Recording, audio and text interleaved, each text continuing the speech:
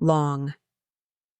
Charlie, Matthew, and Oscar stood side by side, but the silence between them said everything. 3 bags, 3 swings, 1 shot at immortality. Muriliano was first, clean off the tee but short of ideal. His approach, aggressive, maybe too much, leaked left and rolled to the fringe. Crow followed. A solid tee shot, but his second ballooned in the wind, landing well short of pin high. 2 decent looks, but no pressure on the hole. Then came Charlie. No hesitation, no panic, no doubt. A pure tee shot, fairway, center stripe, calm walk to his ball, quick read with his caddy, and then the soft high fade on his second shot. 1 bounce 2 FT from the hole. When his ball stopped rolling, so did the noise. According to Reuters, Woods delivered the kind of shot under pressure that you'd expect from a 10-year veteran, not a 16-year-old junior. Golf Digest called it a fearless swing in a fear-filled moment. Muriliano missed his birdie look. So did Crow, and Charlie tapped in. Ice cold. It wasn't flashy. It was fatal. When Charlie stepped up, the pressure stepped back. He didn't overpower the hole. He outthought it.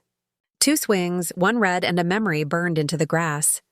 This wasn't just golf, but it was a mic drop.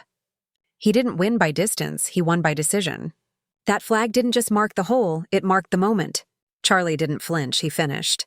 1 hole, 1 birdie, 1 Woods, and the golf world left speechless. The birdie had dropped. The crowd had gasped. The playoff was over. But the story that was just getting started.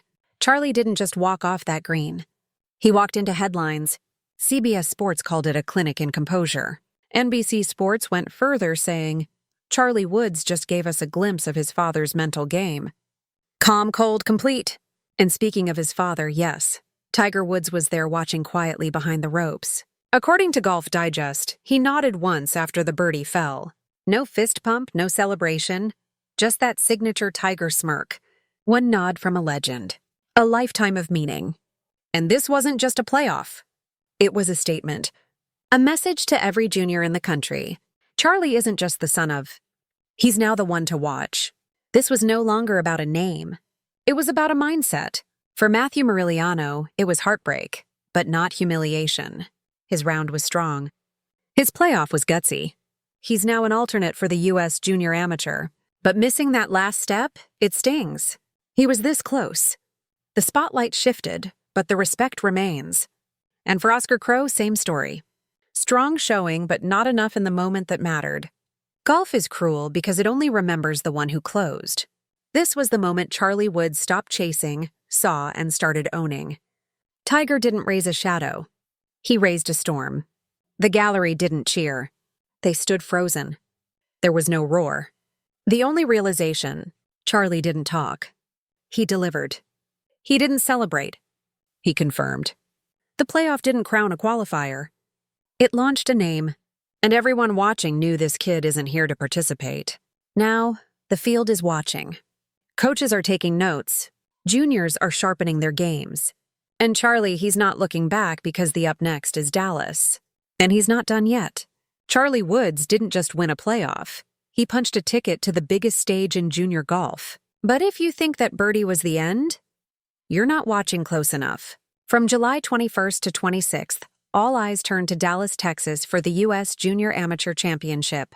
And Charlie Woods is officially in the field. He's headed to Trinity Forest Golf Club, where the best of the best will battle through stroke play, then march into head-to-head match play for one of the most coveted titles in youth golf. This is where the noise gets louder and the fairways get thinner.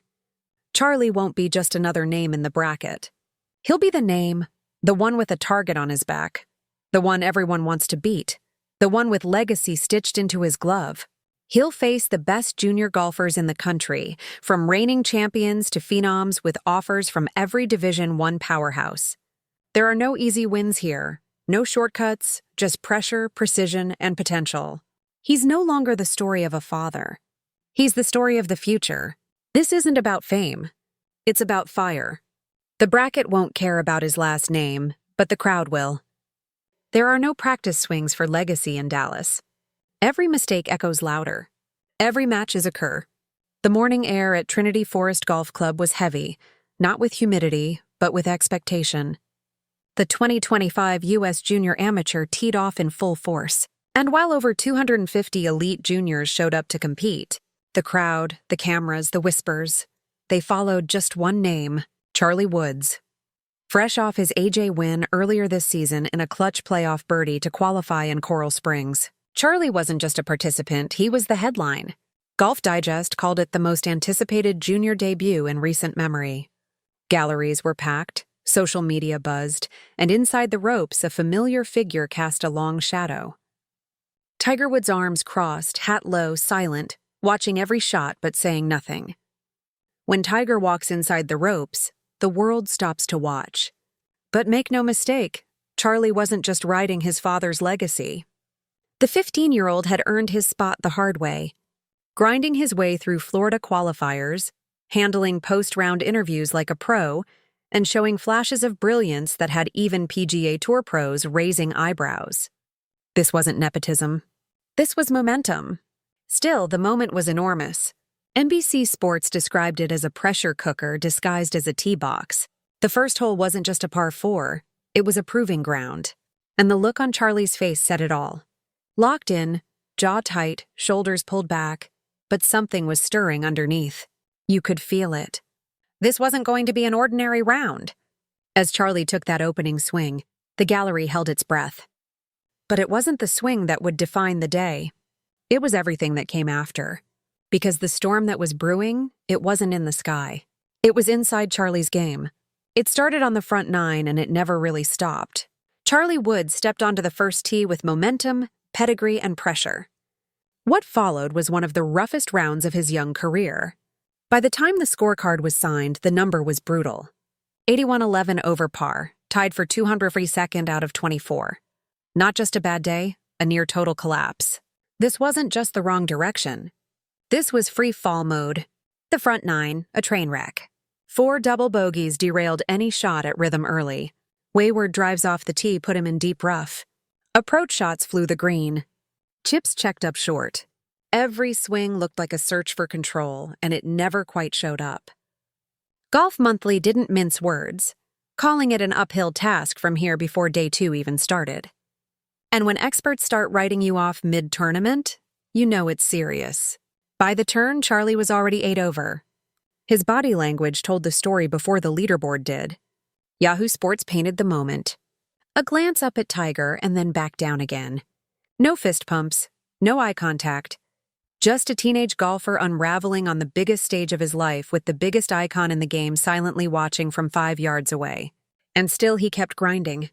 A couple of birdie looks came and went. One putt finally dropped. But any hope of a comeback was short-lived. Another missed fairway. Another missed green. Another long walk with shoulders sagging just a little more. The scoreboard kept climbing and his confidence kept slipping.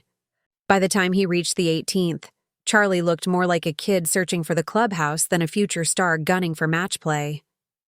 The question wasn't, can he win? It became, can he survive this? According to data pulled by NBC Sports,